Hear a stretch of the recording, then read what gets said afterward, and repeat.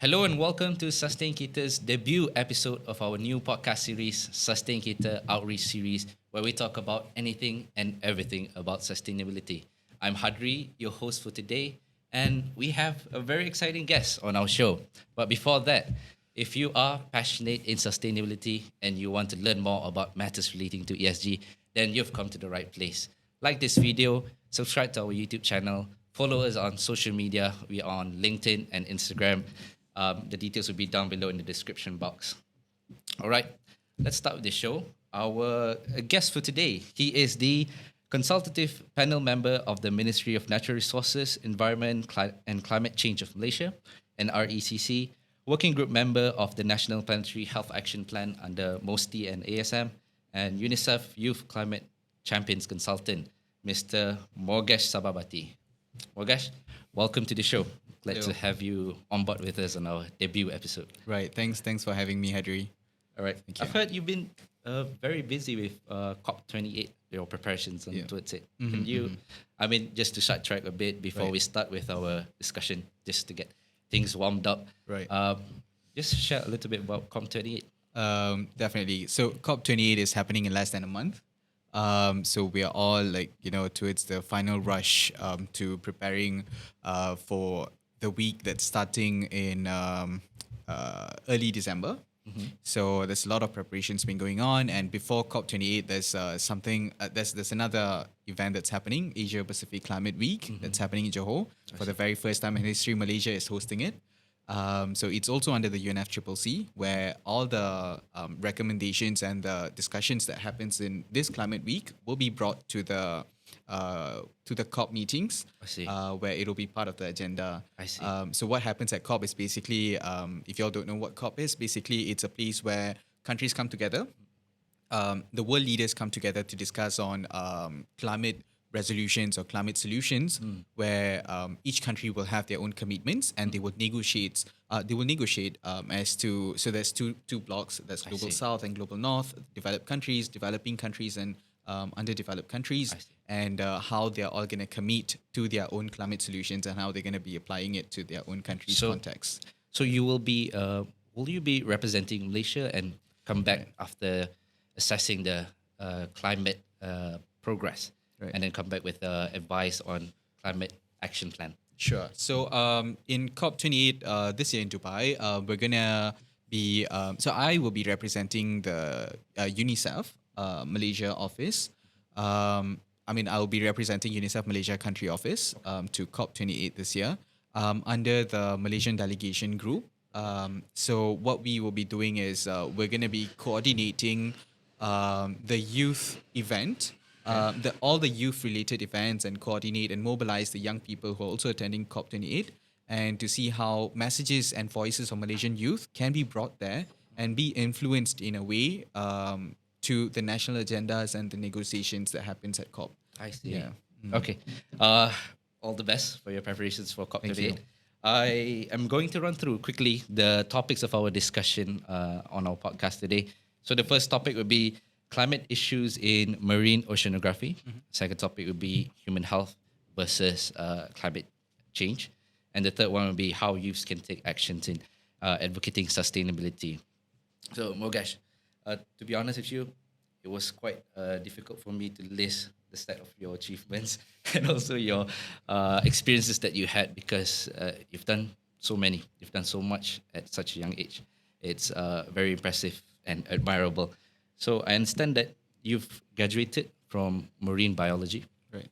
And you've had multiple projects in marine conservation, and we've also saw you had many talks regarding marine conservation. Can you share with us a little bit about yourself first, and then your journey towards where you are today? Right. Thanks, Adri. Well, first of all, thanks so much for having me again. It's an honor. I am a full-time second-year Ph.D. student at University Putra, Malaysia. My area of study is molecular biology and genetic engineering. I work on stem cells, and also at the same time, I am doing a few part-time jobs. I'm a columnist with the Sun newspaper. So I write on various environmental issues related to youth and a lot of other segments around the climate space. I am also a newsreader with Bernama, and at the same time, I'm also doing some consulting work around the climate area. Um, well, at the same time, I'm also a swimming coach where I teach people on how to, mostly on survivability when you are stranded in the oceans and how do you kind of get yourself out of, traumas and phobias. So these are some of the things that we emphasize when we teach swimming to kids these days. Yeah. So I guess I will keep it to that for now. Yeah, that's a huge dynamic of areas that you cover, right, from human health to climate change. So, yeah, just like us, we are very passionate. This is something that we do on the side. We have our permanent jobs as well. So, glad to see some of the same passion to be with us on this show today. So perhaps you can share with us the journey from where you started and how you become the person you are today. Right. Just to inspire the people, our audience, Right. on how we can help the global energy transition, climate transition. Okay, well, very quickly also, like I don't really like, or I also don't want to introduce myself as an environmentalist or an advocate, really, because I really want, I mean, I'm really just an ordinary Malaysian who just cares for the environment. And I think a lot more Malaysians should be like us, where we have our own jobs, we have our own full-time careers and studies, yet we still care for the environment and we're doing the best in our capacity to help protect it. So my journey, what really got me into doing what I'm doing today is really because of people like you guys. Being part of this space, being part of this community where people are passionate about the same things that you do, really gives me the motivation and to keep doing what I'm doing now. And really, how I got into this space was it started with me growing up in Labuan. So my parents were they were Stationed. serving as in the Royal Malaysian Air Force. So see. they were both working and they were transferred to a lot of places. And one of the places that we kind of stayed the longest was Labuan. I see. So when we were there growing up on an island, such a small island, so there's a lot of things that we had to be exposed to at such a young age. The only entertainment back then that we had was going to the beach, spending our weekends there with our siblings and then our friends from schools, and that's it. That's all about So it. that's how you got involved with marine and oceanography, and how you felt sort of love towards the ocean, right? Yeah. And Well, love for the ocean is one thing, but also witnessing firsthand as to what actually is happening on the ground. I see. What kind of trash is being thrown, the level of awareness of people Really? among Malaysians or even Labuan. And Labuan is a very popular tourist attraction also. So there's a lot of tourists come there, and especially during the season, the holiday seasons, that's when everybody comes in and whenever there's a flock of people coming into the island, so you could see a significant difference between the normal days and then when there's a lot of tourists on the island, and how the island could get polluted by all these flocks of people coming into. see. So you saw firsthand in terms of pollution in oceans, and what would be, from your perspective, what would be the impact from ocean pollution, Right. So and how are you helping to conserve the marine? Right.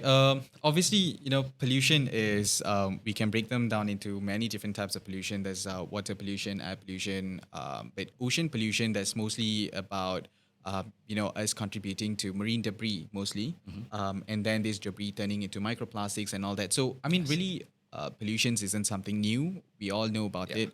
Malaysians especially, in the last few months at least, we've seen so many incidents happening, environmental issues that's going on.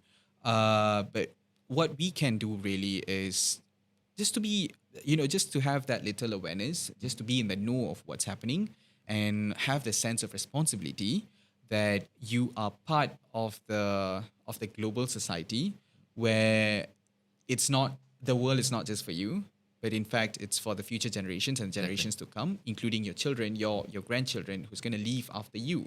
And you will not be here for long, but whatever decisions that you're doing today, whatever actions that are taken today, will be deciding their future. I love that. So Yep. It's for the future lah. Mostly what we're doing, the impact will be immediate, right? Yeah. It's for the future. So we've heard about your project Ocean Hope project. Can you share with us a little bit on how this is helping the marine conservation? Right. Maybe I can quickly introduce what Project Ocean Hope is and how we got started. So this was when I started my undergraduate degree in marine biology. So I was offered to do my degree there. So first year in, it went by so fast, and then second year in, there were so many fascinating things that we learned throughout our degree years, and I was thinking like all this shouldn't be just locked in the textbook and just within the classroom, just among us, those who are within this space. But I was thinking like, how do we translate the jargons that we're learning into a language that can be easily understood by people? See. Including the fisherman community, the local vendors, and especially in Terengganu when you're talking about a state that is mainly focusing at fishing industry and tourism. So how do you communicate with them? How do you communicate the science that you learn in the classroom to this layman language? I see. So that was our mission, and that's how we started with Project Ocean Hope. Myself and my batch back in 2017. So we were very motivated as to we really wanted to bring the knowledge outside through various approaches. We went to school tours. We went to schools, religious schools, secondary schools, primary schools, kindergarten. I love that. Yeah, Because that's exactly what's the objective of Sustainkita. Right. We at Sustainkita, our first mission is to always spread awareness, education, because that's the fundamental of Right. any problems, right? We need to share what are the things that we're up to now and what we need to do Right. to rectify it. So I love that. But I think we need to move to the second topic. Let's zoom out a bit from marine conservation. And let's talk about our second topic, human health. Right. So you are the working member of National Planetary Health Action Plan. Can you explain a bit about the roles of National Planetary Health and what are your specific roles in it? Right. So being part of this committee, well, this National Planetary Health Action Plan, it seems like we're the first country in Southeast Asia, at least, to have such a plan. And if this is adopted by 2024, we're going to be addressing one of the biggest threats in the world, which is planetary health. And planetary health is a field of study where it interconnects with different aspects of human life. It's not only focused on climate change. Well, there's 9 planetary boundaries. And within these 9 planetary boundaries, it is said that our world has breached 6 out of 9 This is in the context of Malaysia. in the global context. So we breached 6 out of 9 6 out of 9. in the global context. Correct. That's, So that means it's very urgent. correct. Well, it means that the survivability of human on Earth is reducing. I mean, the rate of survivability of human. So when we're talking about that, we need to definitely take an action today because we're already breaching so many planetary boundaries. And how do we do that? And one of the ways to do this is through governance, right? And we thought governance and individual action. These are the 2 main things that we are also actively advocating for. And Malaysia is taking the step to come up with this action plan, the National Planetary Health Action Plan, to kind of take an approach, a whole of nation, whole of society approach to tackle all of these planetary boundaries and how do we speed up our action towards ensuring a healthy planet. Okay, when you say we've breached 6 out of 9, what was it? 6 out of 9 planetary boundaries. Yeah. Planetary boundaries. What sort of timeline we're looking at? How urgent it is it? Do we need to do something now for the next 5 years, or we have another 30 years to make amendments? Well, the science is clear. It says that in the next 10 years, if we don't limit the global temperature to 1.5 degrees Celsius or the threshold of 2 degrees Celsius, then humanity will not survive. I mean, human lives will not survive. So basically, we're talking about a span of 10 years, but we can't wait until, it's 2023 now, 2033 for us to start taking action. It has to start today. It has to start now, because the longer we prolong, because again, let's bring back all our minds to the drawing boards and remind ourselves that climate change isn't something that happens over a course of 1 year, 6 months, 1 day, 2 days, few months. Yeah. It's something that happens over a few decades, a few centuries. And only now we're realizing whatever that we've been doing in the past is now, we're now facing the consequences today. What about things that we're doing today, and the consequences will be felt by people over the next few decades? And we need to start making a difference today so that we don't breach even this 2 degrees Celsius threshold to save human lives. Yeah. So we are at the stake of talking about our survivals, human survival, which is at stake. Yes. Right? We are at Yeah, the so- inflection point. Correct. Yeah. Yeah. That's true. And I've read the IPCC, the latest one. Whatever we're doing for the previous 50 years, Right. the carbon emissions is the same as hundreds of years ago.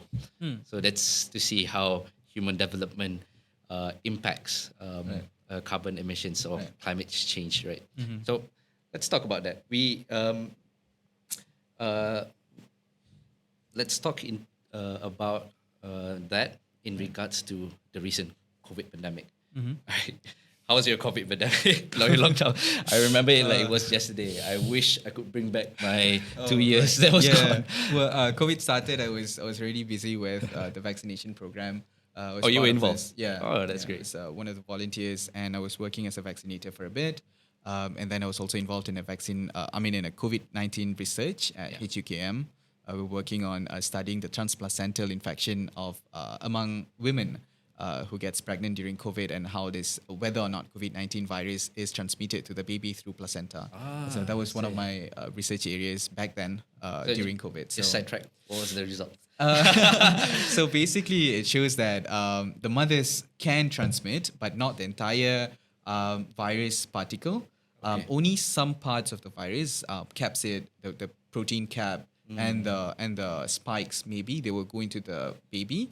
So when you do a PCR, they may not show they are COVID-19 positive, but they will be showing positive when you do an RTK, because there are some parts of the virus that is present. I see. So basically, what it shows here is that the mother's immunity is the strongest in the world, and it can protect. It's probably the highest protective barrier that we ever have, in humankind. So That's beautiful. yeah, so it's fascinating. Yep. Right.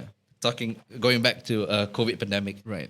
We want to see the relationship between COVID pandemic Right. and climate change, right? So we've seen during the COVID pandemic, there's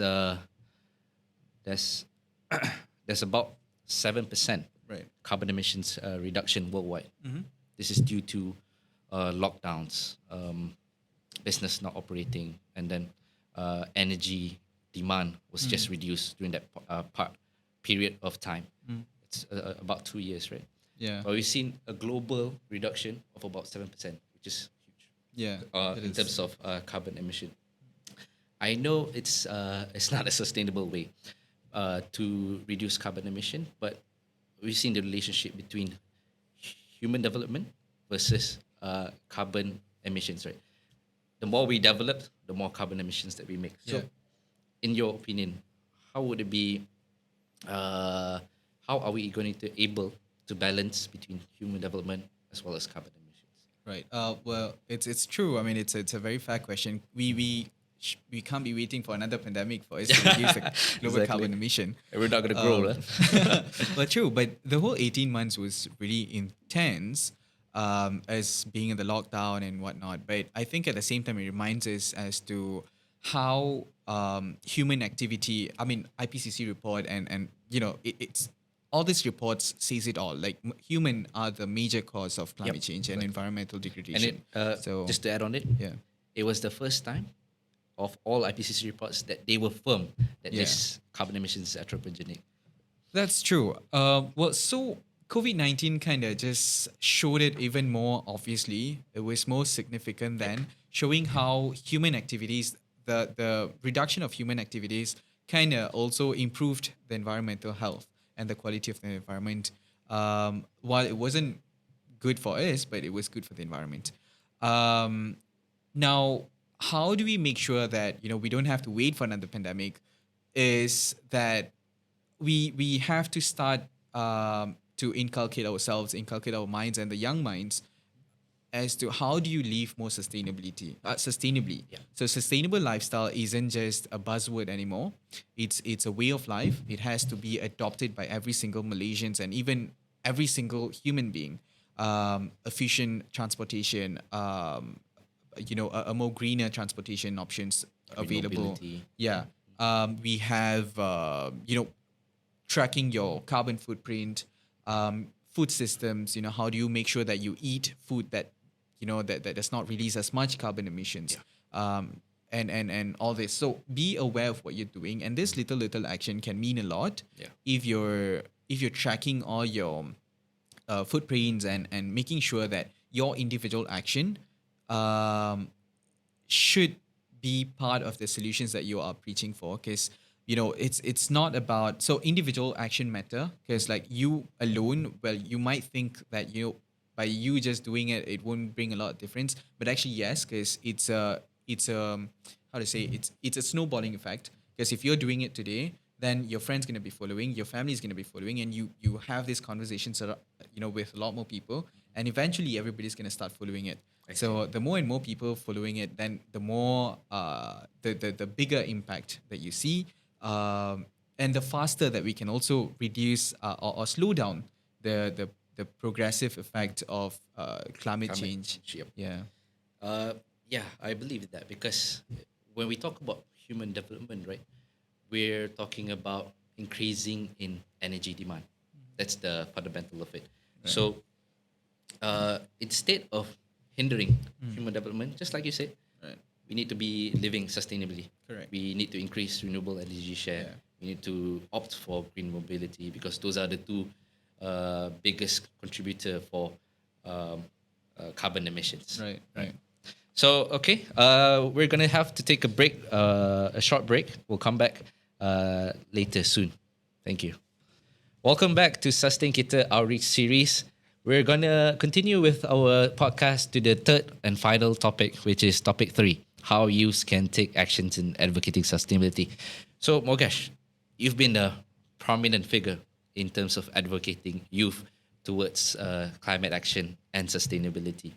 What are your advice to the youth on how they can start preparing themselves or get into climate transition? Right. Well, I think it shouldn't be, first of all, shouldn't be just me who is championing climate action. It has to be everybody. So it's not something that I or us want to do. It's because we have to do it, right? We're forced to do it because we have no choice, right? We're rushing to its not only protecting but making sure that our humankind does not extinct. Yep. Right. It is already an existential Correct. threat, right? Correct. At It this is point an of time. existential threat. So we're talking about something very, very serious here. We're talking about whether or not human will survive after the point we reach, 2033, 2040. Will we still be alive, right? And so what youth can do, right? So us, the young people, are the least contributor to climate change, but we are the population, we are the group of people who have fighting to for it. face the brunt of the climate Oh, I see. change Yep. and at the highest risk of climate change. So, and we definitely have to start fighting for it because we are the ones who are going to live in the future, and like I said earlier, actions and decisions that are made today are going to influence the future. Yep.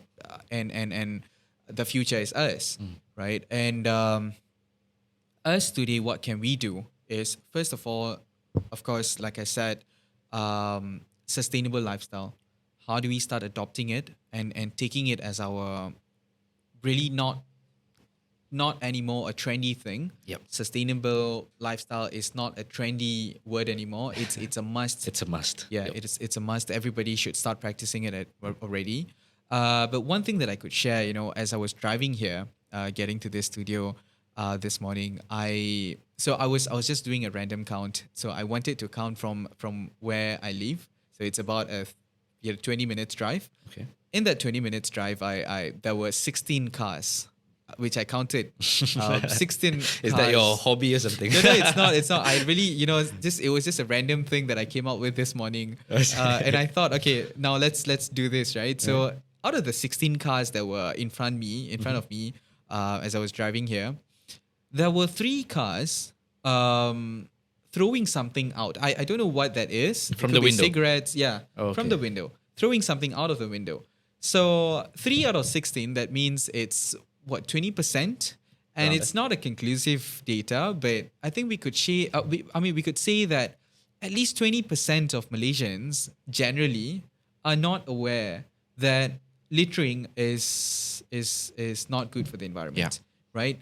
So that's what we're talking about, awareness. It's not about people knowing, not knowing what's happening around us. People know the floods, the heat waves, the haze and whatnot. People do know what's happening, but it's whether or not they know their daily activities, their daily actions, their everyday life actions, how they're contributing to reducing the quality of environment. How is it impacting the environment? How is it impacting the animals living around them, the biodiversity, the climate and whatnot? So this is what we need to start educating people for.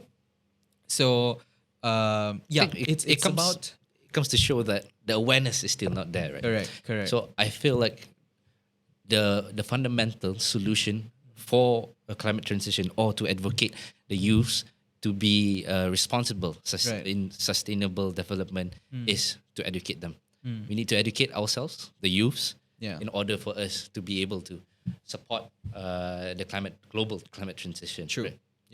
Yeah. So what can we actually do as youths, right? There's a lot of different ways that we can start engaging in climate action.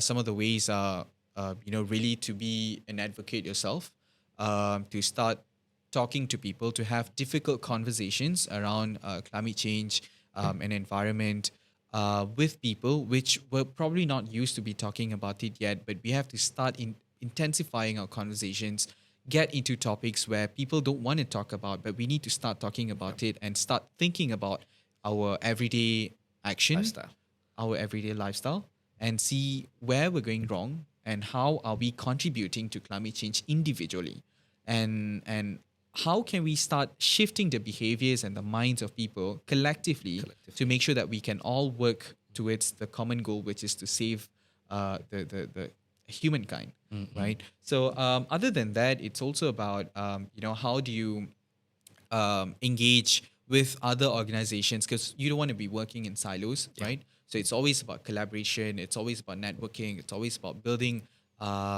networks, right? So climate change is about people, and without the people, you can't address anything, right? So engage yourselves as young person. You engage yourselves in local initiatives. There's so many organizations out there, be it local organizations or global organizations that you can get into to play a role within whatever scope of work that they're doing. How I got started was also from there. Just as simple coming to that as, point. Actually, I want to put a reference, you as the reference for the youths, right? You've been involved in a lot of climate advocacy at the international level. So how do people, not just the youth or anybody, can start getting involved into this COP28, UNFCC, YCL, and stuff like that? Right. So let me begin with starting to say that you don't have to be at COP. You don't have to to know everything about UNFCCC and all the negotiations agendas to be part of climate action. Like I said, individual action matters. You start from home, you start from yourself, you start from just bringing a water bottle, a reusable water bottle, reusable bags to supermarket, to your classes, and all that. If you wanna get engaged more into governance, into the political aspects of climate space, which is also one of the most important things for you to make a systemic change, then you can definitely engage with organizations that's already But I feel been like in the space. I feel like the they need, if they want to do something, if they want to commit to change of a lifestyle, they need to know why they're doing that, right? So if you are involved with IPCC and all this conference of parties, then you'll understand, because I believe that IPCC and COP is the fundamentals of everything that drives sustainability in the world. That's my opinion. So because IPCC and COP, we talk about where we are in terms of climate progress, and then we look on ways, and they would assess where would be the trajectory of if we stay as is, and then what happens if that happens, and what are the solutions that we can go for. So if we are able to communicate and address this lack of education in terms of what is happening in the sustainability space, then they would be more willing to change their lifestyles just to support the sustainability agenda. Right. Okay. Well, I was just getting into sharing some of the organizations that's already doing amazing work on the ground. For example, Malaysian Youth Delegation, MYD. There's Youth United for Earth. There's Project Ocean Hope. There's WWF Is it Malaysia. still alive? Projection Hope. Well, it is. It is. Well, I am no longer part of Ocean Hope. I see. But it's still there. It's still up and It's your running. legacy now. Huh? Well, well, it's my batch's legacy, definitely. But it's now being run by the students and a few lecturers who are still part of the initiative, and still doing what it's intended. Why it was established in the first place. So we're still quite happy with how it's been going lah. So That's great. yeah. Okay. Thank you very much, Mogesh. That will be the end of the show. Thank you for joining our show. It has been a wonderful session. Yeah. I'd love to talk more about you, with you, and perhaps we can do it some other time. Right. So, you have anything last to say? Right. Thank you so much. Well, I would like to only say start small, start local, and that's all that matters really. To make a difference in your community, in your in your space first. And it's not about having your own initiative. It's always about you changing your mindset and then slowly advocating for what matters the most. I think that would be all for me. Thank you, Mogesh. So, to our listeners, if you have any ideas or topics that you want us to cover, please feel free to message us or DM us on Instagram. We'll be glad to look into it for our next podcast show. So, stay tuned to our next Sustainkita Outreach Series, and have a good day. Goodbye.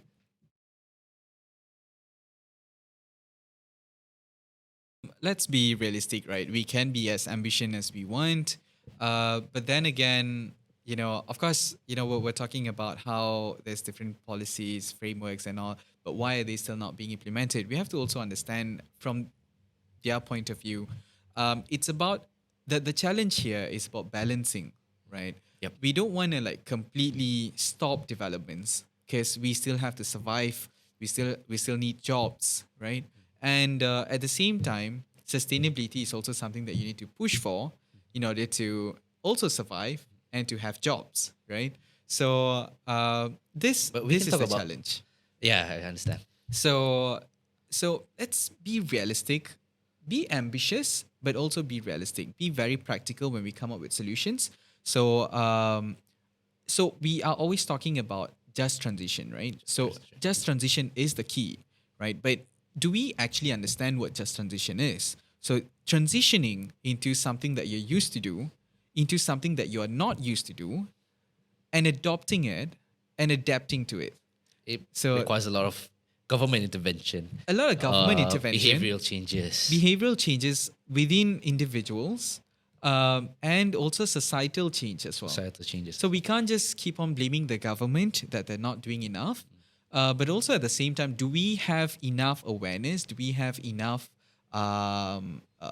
boldness and the readiness for us to make a difference towards living a more sustainable life?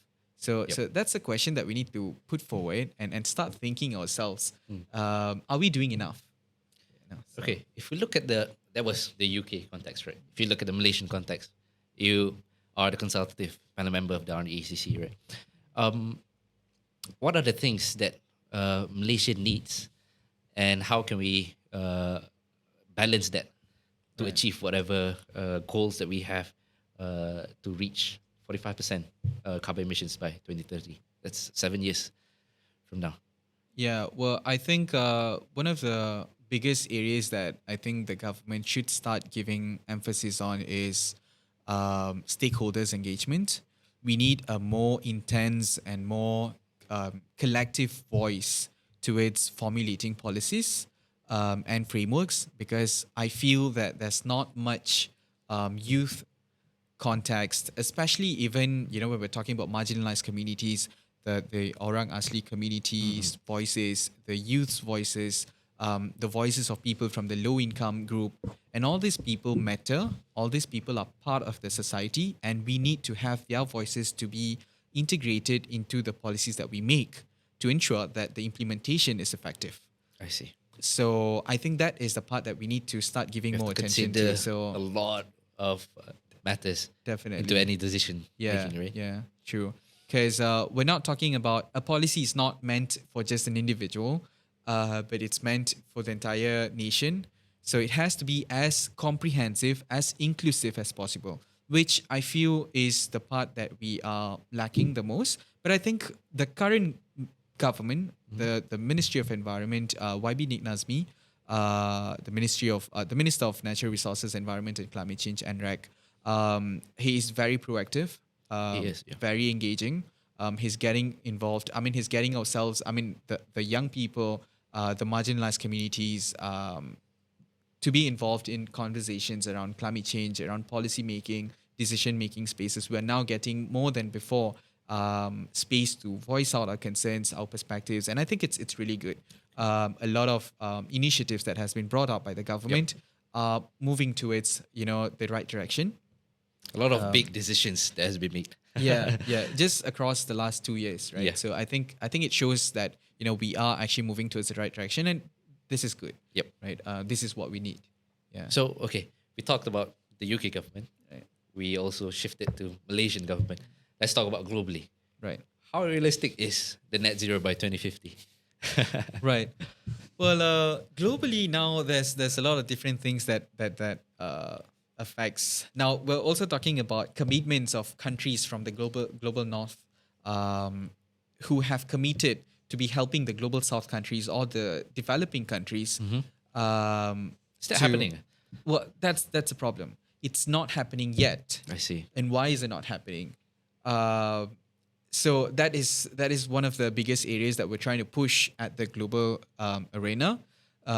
Even in fact, it's one of the major topics that's being discussed over the last, I think, 2 or 3 COPs even. It was one of the fundamental commitments, right? Correct, the $100 billion dollars commitment, which is still not being delivered as promised, which is a challenge. Yeah. Because the developing it's really difficult countries, to get green funds, especially. Correct. Not even just underdeveloped countries. We're talking about Malaysia. Yeah. It's quite difficult. So even last year, the Loss and Damage Fund was established, but there's no operationalization of the funds yet. There's no mechanisms that clearly shows how do we use this loss and damage funds, and how is this going to be channeled to the countries who needs it most. And this is the part that we need to have a lot of different approach to start engaging with countries who need it, and the countries that should be committed to be giving the funds to help the countries who are not emitting as much carbon and greenhouse gases. Yeah, exactly. Yeah. I believe in that. All right. That wraps up our debut episode.